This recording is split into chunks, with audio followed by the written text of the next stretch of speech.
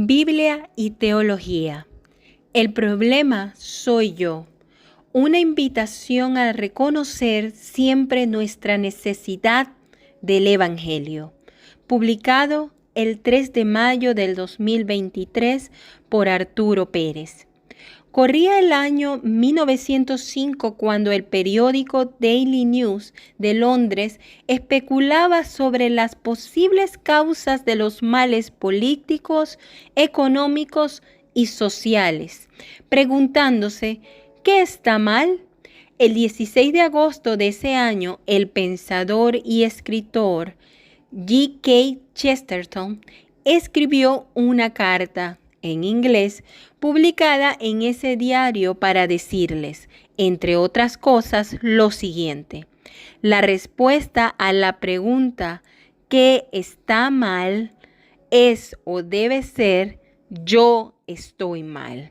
Mientras el hombre no pueda dar esa respuesta, su idealismo es solo un pasatiempo.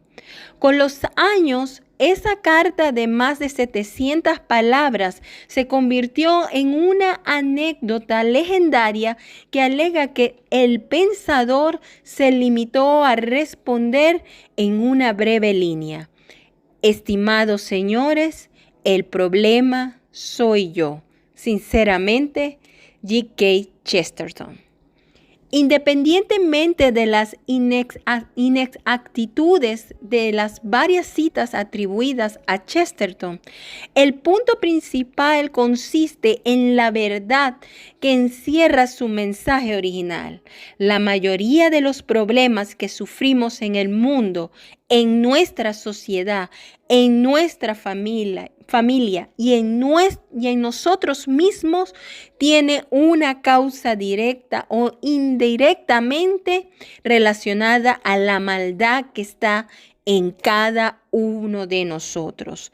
El mensaje de Chesterton implica que no podré encontrar lo que está mal con el mundo fuera de mí mismo, porque la raíz del mal está en mí. La maldad que está presente en mí. La aseveración de Chesterton descansa en el sólido fundamento del testimonio de la Biblia. El apóstol Pablo lo reconoce al decir, queriendo yo hacer el bien, hallo la ley de que el mal está presente en mí. Romanos capítulo 7, versículo 21. Pablo se apoya en el salmista David para afirmar que la humanidad ha negado a su creador, corrompiéndose de tal manera que no hay quien haga el bien, no hay ni siquiera uno. Salmos 14, versículos del 1 al 3, Romanos 3, versículos del 10 al 23. Por eso, Martín Lutero decía que la Escritura describe al ser humano como incurvado en sí mismo, de modo que no solo utiliza los bienes materiales, sino hasta los espirituales para sus propios fines y busca lo suyo propio en todas las cosas. Luther's Works, volumen 25, página 345.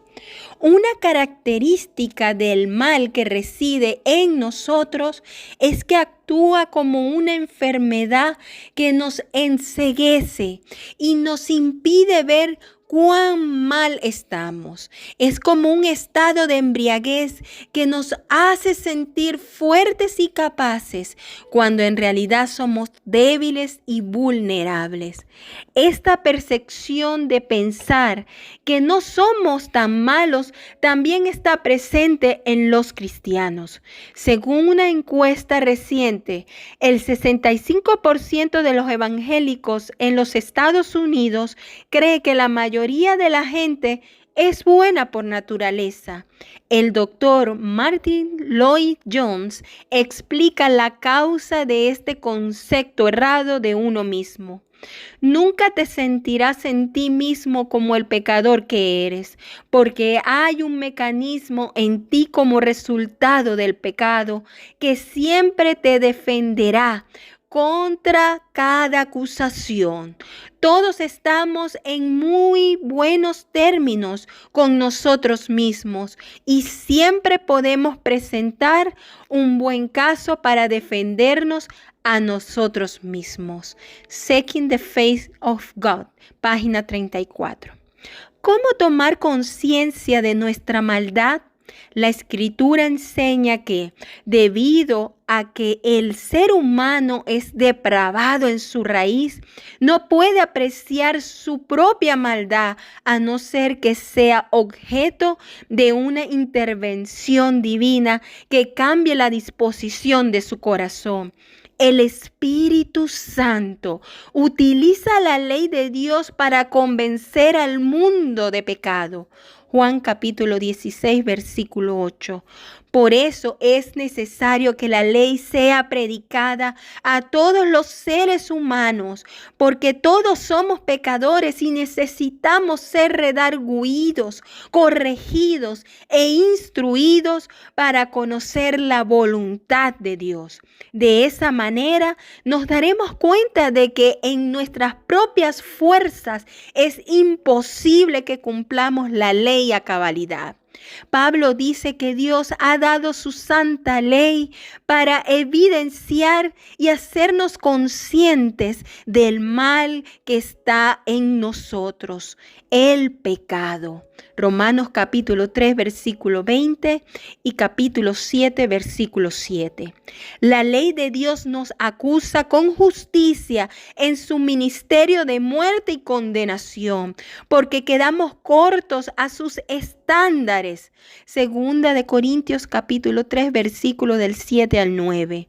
La Escritura define el pecado como infracción de la ley. Primera de Juan, capítulo 3, versículo 4. Y ya que la quebrantamos a diario, la ley evidencia nuestra infracción. Yo no hubiera sabido lo que es la codicia si la ley no me hubiera dicho, no codiciarás. Romanos capítulo 7, versículo 7. Pablo compara la ley con un tutor o pedagogo que nos señala nuestras deficiencias y nos apunta al único que puede librarnos de nuestra maldad, Jesucristo. Gálatas capítulo 3, versículo el 23 al 24. ¿Cómo ser libertados de nuestra maldad? Después de que la ley nos muestra la demanda de Dios de que andemos en su justicia perfecta, el Evangelio nos anuncia la buena noticia de que en Cristo Dios nos imputa la justicia perfecta demandada por la ley. Romanos capítulo 3, versículo del 21 al 26. Es decir, por medio de la ley que nos recuerda que fallamos en cumplir los estándares divinos del amor a Dios sobre todas las cosas y al prójimo como a nosotros mismos. Nuestros corazones quedan sedientos y listos para recibir el Evangelio. Al hablar del Evangelio me refiero a la palabra de Cristo que produce la fe que obra por el amor.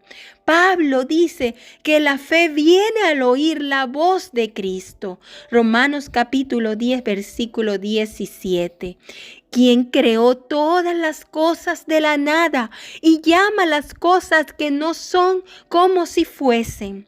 Nota que esta fe que el Señor crea en ti es producida solo por el oír la voz de Cristo, contenida en su palabra viva, y no por la observancia de la ley. La ley puede cambiar tu conducta externa, pero no tu corazón. La ley te informa cómo debes vivir, pero nunca te transforma. Exponerte al Evangelio no consiste solo en escuchar la historia de Jesús, sino que es más que eso. La palabra de Dios no es tinta muerta, sino que es viva y eficaz y actúa con poder en nosotros. Al exponerte a la Escritura, tu corazón oye la voz de Cristo y su palabra crea la fe necesaria por el obrar del Espíritu Santo para producir amor a Dios y al prójimo. Así como el Verbo de Dios habló y creó todo cuanto existe, Él dice la palabra y crea en ti fe de la incredulidad. Él obra en ti por su palabra viva, a pesar del mal que está presente en ti, hasta que te sea dado un cuerpo glorificado y sin pecado en el día de la resurrección. Pablo anunciaba el Evangelio junto a la nueva realidad del creyente en quien mora el Espíritu Santo. Él nos empodera para andar en novedad de vida. Romanos capítulo 6, versículo 4. Al considerarnos muertos al pecado, pero vivos para Dios en Cristo Jesús. Versículo 11. El pecado no tiene jurisdicción sobre nosotros, ya que no estamos bajo la ley, sino bajo la gracia. Versículo 14. Pero luego Pablo reconoce su experiencia personal de este lado de la eternidad. Romanos 7, versículos 14 al 24. Ya estamos en Cristo, pero todavía estamos en un cuerpo de pecado. Si nos miramos a nosotros mismos, veremos el mal que está en nosotros. Si miramos a Cristo, veremos que en Él todas las cosas para nuestra salvación ya están hechas. Cuando Pablo exclama con la pregunta, ¿quién me libertará de este cuerpo de muerte? Él mismo responde que gracias a Dios tenemos a Jesucristo y al Espíritu de vida que nos libera. Romanos capítulo 7, versículo 24 y Romanos capítulo 8, versículo 3. Oír la palabra de Cristo nos libera y vivifica. ¿Por qué es importante recordar esto? Ser recordados por la santa ley de Dios sobre nuestra condición pecaminosa nos ayuda a quitar la mirada de nosotros mismos y ponerlas en Jesucristo como autor y consumador de la fe. Hebreos 12, versículo 12. Es imposible apreciar la necesidad de la gracia, la misericordia y el amor de Dios hasta que comenzamos a sospechar que no somos tan buenos como solemos creer. Esta conciencia nos lleva a ser más pacientes, humildes y misericordiosos con nuestro prójimo, al darnos cuenta de que también nosotros pecamos de lo mismo que criticamos a los demás. Romanos capítulo 2, versículo 1. Finalmente, al comenzar a entender nuestra condición humana gracias a la palabra de la ley, seremos impulsados a vivir en mayor dependencia de la gracia de Dios anunciada en la palabra del Evangelio, para así vivir por la fe y con la confianza depositada en la justicia externa que se nos ha imputado en Jesús. En conclusión, el problema está en mí y la solución está fuera de mí. La ley descubre el problema y el Evangelio provee la solución. Por esa razón debemos continuar acudiendo a la Escritura para escuchar su santa ley que nos acusa, nos condena y nos informa cómo debemos vivir. vivir y su santo evangelio que nos justifica, nos indulta y nos transforma.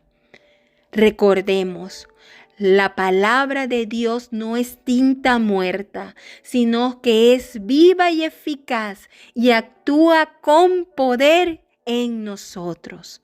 Es imposible apreciar la necesidad de la gracia, la misericordia y el amor de Dios hasta que comenzamos a sospechar que no somos tan buenos como creemos. El problema está en mí y la solución está fuera de mí. La ley descubre el problema y el evangelio provee la solución. Arturo Pérez es miembro del Board de Directores de Knox Theological Seminary, donde obtuvo su grado de maestría en estudios bíblicos y teológicos.